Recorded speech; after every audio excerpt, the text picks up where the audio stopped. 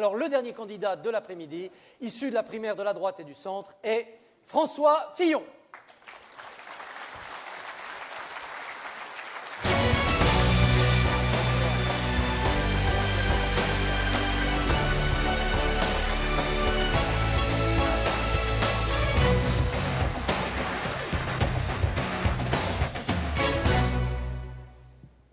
Merci beaucoup François Fillon d'être parmi nous pour clore cette journée d'entretien. On va nous rallumer la lumière, rassurez-vous, pour que vous soyez en pleine lumière et pas seulement rétro-éclairé par l'écran.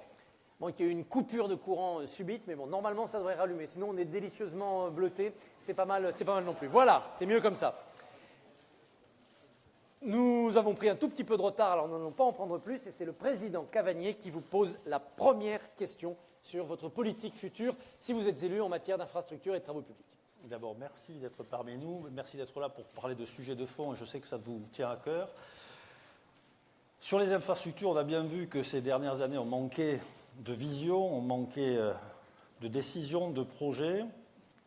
Quand on regarde aujourd'hui les derniers rapports, notamment le dernier rapport du MEDEF, on évalue à 8 à 10 milliards par an les besoins supplémentaires en termes d'infrastructures. Première question, c'est est-ce que vous faites la même analyse que nous là-dessus et quelle est votre vision un petit peu là-dessus? Bon, d'abord, merci de m'accueillir. J'ai peut-être un tout petit peu cassé les codes en vous disant que pour moi, l'élection présidentielle, ce n'est pas l'addition des promesses des candidats devant chaque profession. Pour moi, l'élection présidentielle, c'est d'abord un projet national. Et je pense qu'ici, dans cette salle, il y a beaucoup de chefs d'entreprise qui, naturellement, sont préoccupés par leur plan de charge, mais qui sont aussi des citoyens et qui pensent à l'avenir de leur pays.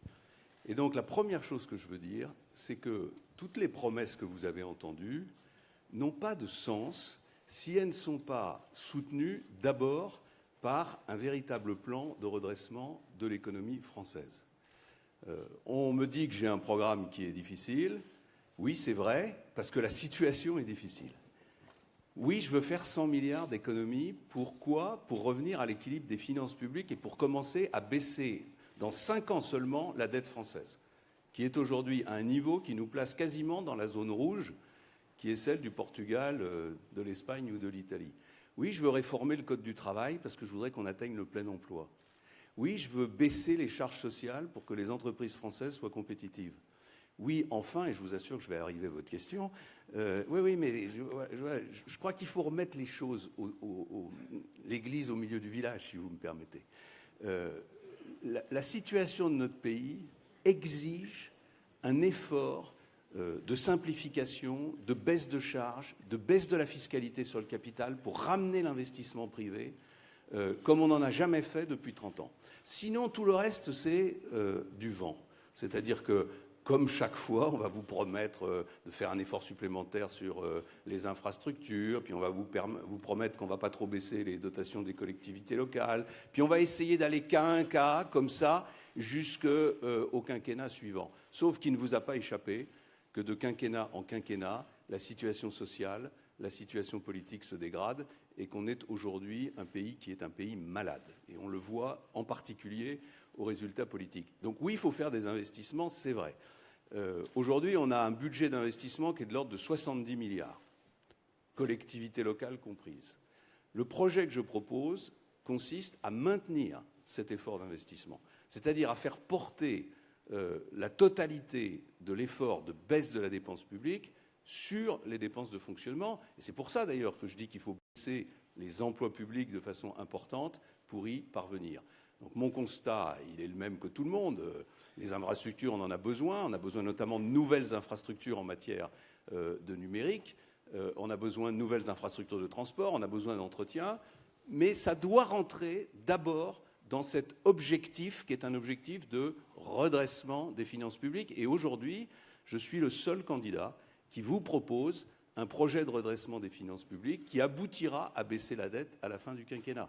Tous les autres sont soit dans un projet qui continue à entretenir la dette, soit dans un projet d'explosion, comme celui d'une personne que vous avez reçue tout à l'heure, qui veut sortir de l'euro et qui, naturellement, en sortant de l'euro, va pouvoir financer la modernisation de toutes les infrastructures publiques. Est-ce que votre position présidentielle n'est pas contradictoire néanmoins avec le fait qu'il y a des législatives derrière et que donc on attend des trains de loi, un premier budget et que là il faut des réponses concrètes pour des secteurs concrets? Je suis candidat à l'élection présidentielle, pas à l'élection législative. Il y aura une campagne législative après, il y aura des candidats pour être ministre chargé des grandes infrastructures.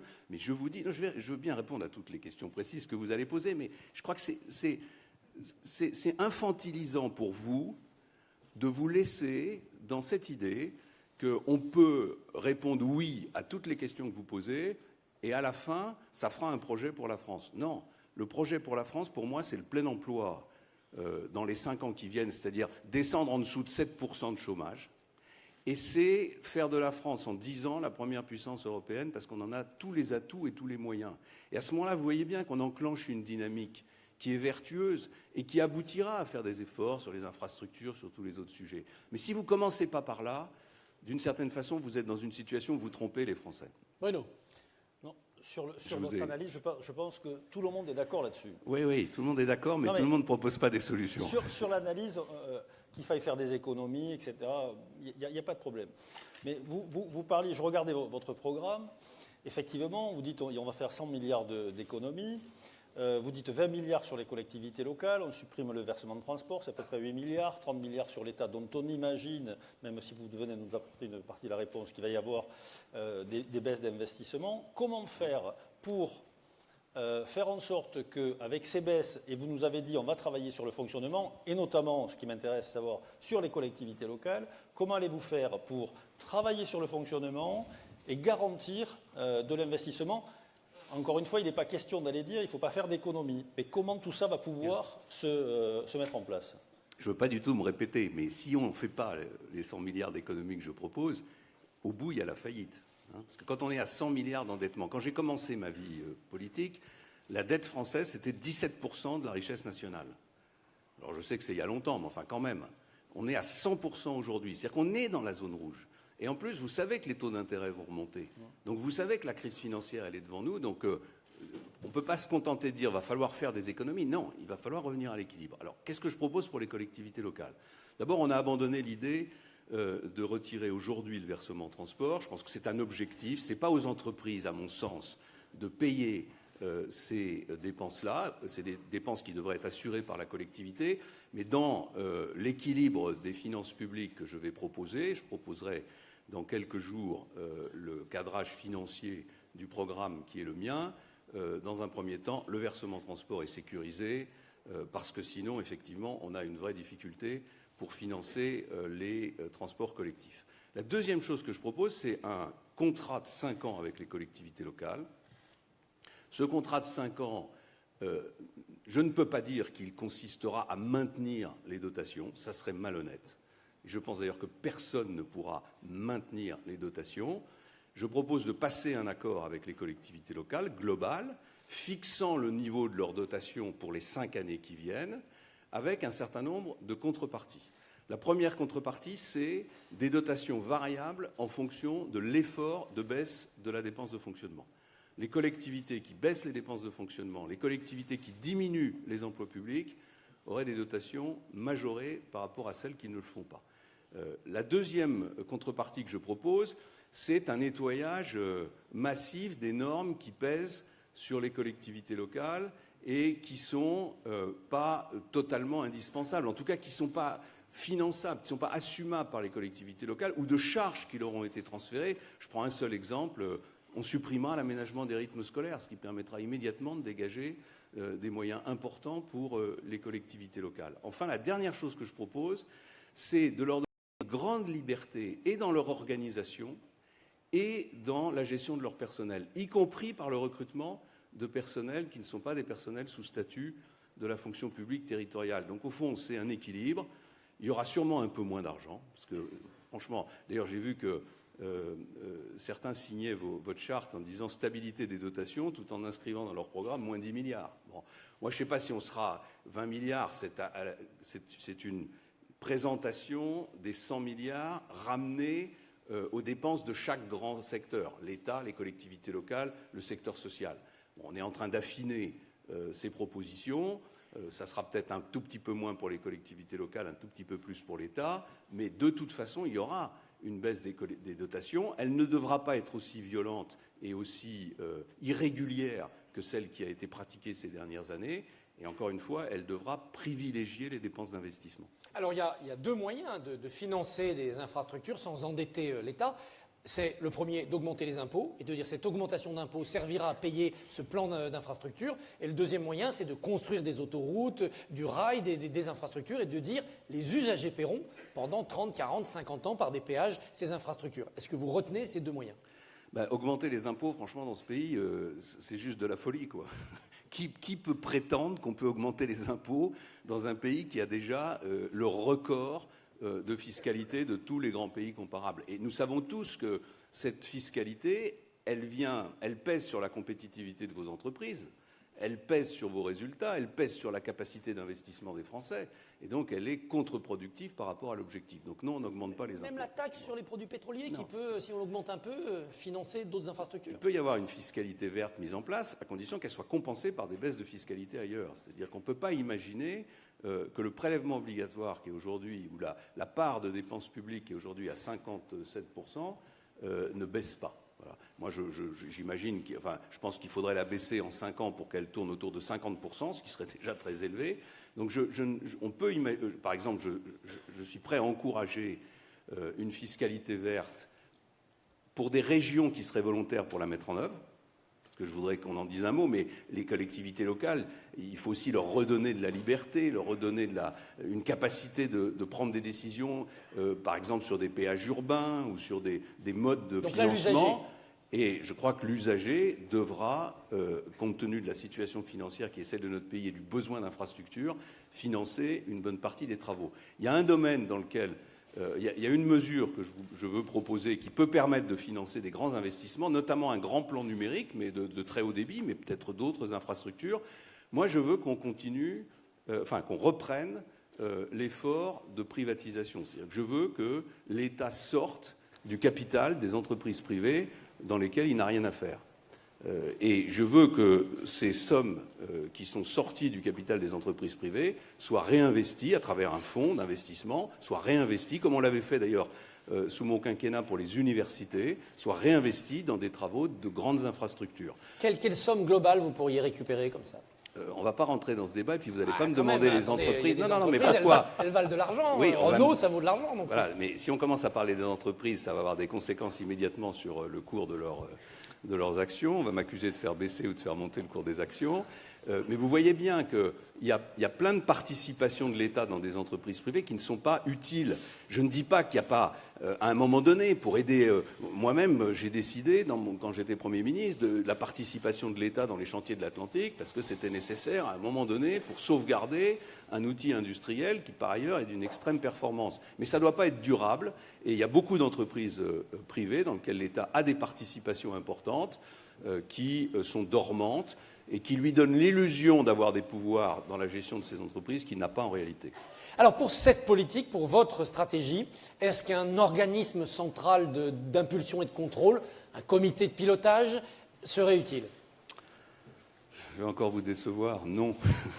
On peut ne pas être d'accord, je vais vous répondre. Je vais vous dire, elle n'a pas beaucoup de succès, cette mesure, depuis le début de l'après-midi. Non, moi je pense qu'il faut une loi de programmation pluriannuelle sur les grandes infrastructures, que cette loi de programmation doit être votée dès le début du quinquennat, qu'elle doit faire l'objet d'un travail évidemment de concertation, mais de grâce, on a assez d'organismes, on a assez de bureaucratie, et puis c'est quand même une autre... Enfin, on est dans un monde qui a changé, notamment en raison des pouvoirs des collectivités locales, donc on ne peut pas reconstituer les vieux mécanismes centralisés dans ce domaine, et puis l'expérience que j'ai, moi, de ces organismes-là ne m'encourage pas à en créer de nouveaux. Et alors, un grand ministre, un ministre peut-être rattaché au Premier ministre, qui serait chargé d'impulser cette nouvelle ère d'équipement pour le pays ? Tous les ministres sont des grands ministres. Je suis d'accord avec cette idée, je suis d'autant plus d'accord avec cette idée que je veux que le gouvernement ne dépasse pas 15 ministres. Voilà. Et comme je veux la parité, on aura un souci, c'est est-ce que c'est 7 plus 8 ou 8 plus 7 en tout cas. Je ne veux pas qu'on dépasse 15 ministres. Pourquoi ? Parce que c'est mon expérience.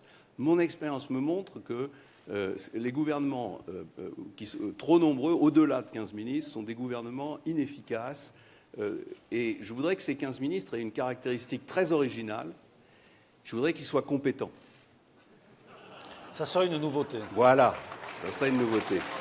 Et c'est la raison pour laquelle je veux faire appel évidemment à des talents qui sont des talents politiques, mais je voudrais faire aussi appel à quelques talents qui viennent de la société civile pour apporter à ce gouvernement du sang neuf et une autre vision de l'économie et de l'organisation publique. Et dans ce contexte-là, un grand ministère en charge des infrastructures, ça me convient parfaitement. Qui aurait aussi l'équipement, l'aménagement du territoire, les transports, la mer, etc. On verra. 15, c'est pas mal, c'est 3 de plus que les apôtres quand même. Il y a un point qui me préoccupe, c'est de ne pas laisser les infrastructures sous le seul contrôle d'une administration totalement, comment dirais-je, dédiée aux questions d'environnement, avec parfois une vision un peu idéologique des choses. C'est-à-dire l'écologie. Voilà. Vous n'êtes pas royaliste, si j'ose dire. Non, je suis républicain. Renaud. Non, alors ce copil, en fait, mon expérience, qui est évidemment pas du tout comme la vôtre, moi je suis un novice, mais depuis quelques années, je fais le tour des ministères, et effectivement, j'ai un peu de mal entre l'Élysée, Bercy, Matignon, ministère des Transports, savoir qui s'intéresse à nos métiers, qui s'intéresse à nos financements. Et c'est pour ça qu'on a proposé ce copil, on l'appelle comme on veut, coordination, comité, c'était l'idée. Vous parliez de gens de la société civile qui réfléchissent ensemble sur l'avenir des infrastructures. Que veut-on faire dans ce pays pour les infrastructures? C'est pas un truc compliqué, c'est pas, comme on l'a dit parfois, des chauffeurs, pas du tout. C'est un truc léger où on peut réfléchir et agir derrière. Et c'est pour ça que l'idée de votre ministère, qui est aussi la nôtre un peu, m'intéresse grandement. Mais je m'inspire aussi de vos propositions. Je vous remercie.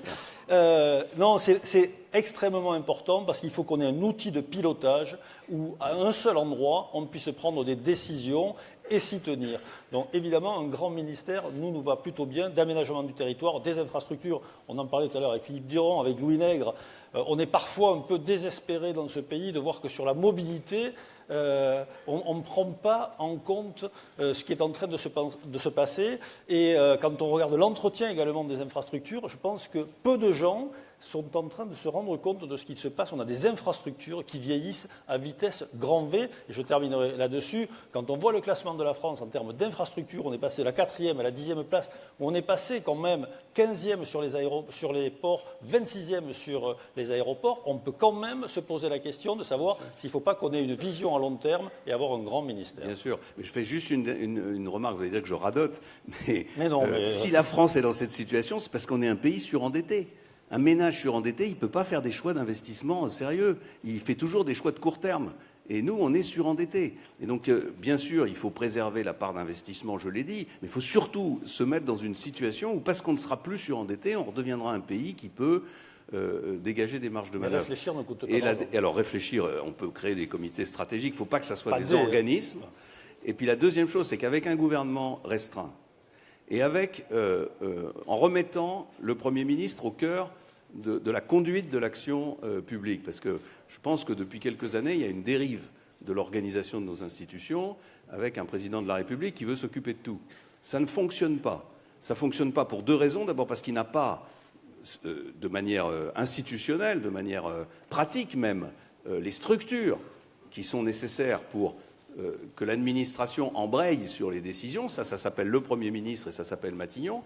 Et puis deuxièmement, il n'est pas au contact permanent du Parlement, comme c'est le cas du Premier ministre. Donc moi, je veux qu'on remette les choses aussi là à l'heure. Le président de la République, il donne les impulsions, il représente la France, il assure les grandes politiques de sécurité, il oriente le gouvernement, mais c'est le Premier ministre qui fait le boulot. Et à ce moment-là, vous aurez moins d'interlocuteurs. Et vous verrez que ça fonctionnera mieux. Si vous êtes élu dans 2 mois et demi, est-ce que vous supprimez le compte pénibilité? Est-ce que vous l'amendez ou est-ce que vous lui substituez une autre méthode? Non, je le supprime parce que c'est impossible à gérer. Je le supprime Pardon. Je propose 2 choses. Je propose qu'on fasse vraiment de la prévention et que donc ce soit sur à partir de visites médicales qu'on puisse, le cas échéant, prendre des décisions en matière pour raccourcir la durée de travail. Et je propose évidemment qu'on ne revienne pas sur les droits acquis pour les quelques personnes, pour les personnes qui en ont déjà bénéficié. Mais on arrête parce que c'est absolument ingérable. Et d'ailleurs, j'ai été plusieurs fois en charge de réforme des retraites dans l'histoire récente de notre pays. J'ai essayé plusieurs fois, j'ai réfléchi avec les organisations syndicales à cette question de la pénibilité. On n'a jamais trouvé dans le monde un pays qui ait une solution satisfaisante sur la question de la pénibilité. Il faut le reconnaître. Et donc voilà, on a voulu inventer quelque chose qui est une usine à gaz et qui ne fonctionne pas. On arrête ou on continue Notre-Dame-des-Landes? Non seulement on continue, c'est un projet auquel je suis attaché pour des raisons qui sont de fond. C'est l'Ouest français aussi. Non, mais c'est un projet auquel j'ai largement participé. C'est l'idée que l'Ouest français doit avoir un aéroport, pas deux, pas trois, un aéroport international. C'est l'idée qu'on dégage l'aéroport actuel de Nantes qui est très proche de l'agglomération. Donc il faut faire cet aéroport de Notre-Dame-des-Landes. Et contrairement à ce que j'ai entendu, on ne va pas nommer un médiateur. On ne va pas nommer un médiateur pour faire la médiation sur je ne sais pas quoi. Il n'y a pas de médiation à faire à Notre-Dame-des-Landes. Il y a des décisions qui ont été prises depuis des années et des années. Il y a des décisions de justice qui sont toutes favorables à l'aéroport de Notre-Dame-des-Landes. François Hollande a voulu un référendum parce qu'il pensait que c'était une façon de se débarrasser du machin. Le référendum a été favorable à Notre-Dame-des-Landes, donc maintenant ça suffit. Le droit, la loi, la République doit s'imposer et donc l'aéroport de Notre-Dame-des-Landes doit être construit. Voilà, le temps des questions-réponses est achevé. Il vous reste néanmoins une épreuve à traverser, donc je vous suggère de garder votre micro et de rejoindre là-bas, en avant-scène court, la tablette sur le pupitre avec la charte en 7 points pour nous dire si vous la conservez, si vous la signez, si vous l'amendez ou pas. Donc François Fillon, dernier lecteur et dernier signataire de la journée pour la charte en 7 points. On sait à quoi s'en tenir. Donc vous avez... Les 7 points s'affichent comme pouvez tout à signer l'heure ou pas signer, sur le grand écran. Ça, je suis d'accord. Donc, premier point, ça y est, c'est coché un plan Ça, d'investissement je suis sur les d'accord. réseaux et les infrastructures. La loi de programmation, elle est cochée. Ah, le ministre? Non. Le ministre? Non. Pas de chance, le ministre, aujourd'hui. C'est zéro On n'arrive pointé. pas à le vendre. Hein. Non pour Allez, le le Conseil copil, d'orientation. non plus. Les Alors- dotations de l'État stabilisées Ah. pour celles qui diminuent les dépenses de fonctionnement. Pour celles-là uniquement. Non plus. Allez, l'expérimentation et la simplification des normes. Voilà, la 5 est signée, la 6 aussi, la 7 aussi, Et la signature avec et la validé. signature. On signe avec le doigt, c'est ça? Ah non, pardon, attendez. J'ai mon petit stylo maintenant.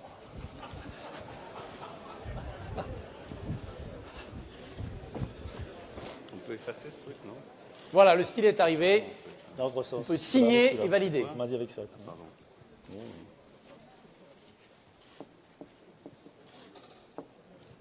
Le paraphe de François Fillon, on appuie sur valider et ça sera terminé. Merci. Vous pouvez Si vous sortir avez côté le temps, court. allez... Vous pouvez sortir côté court.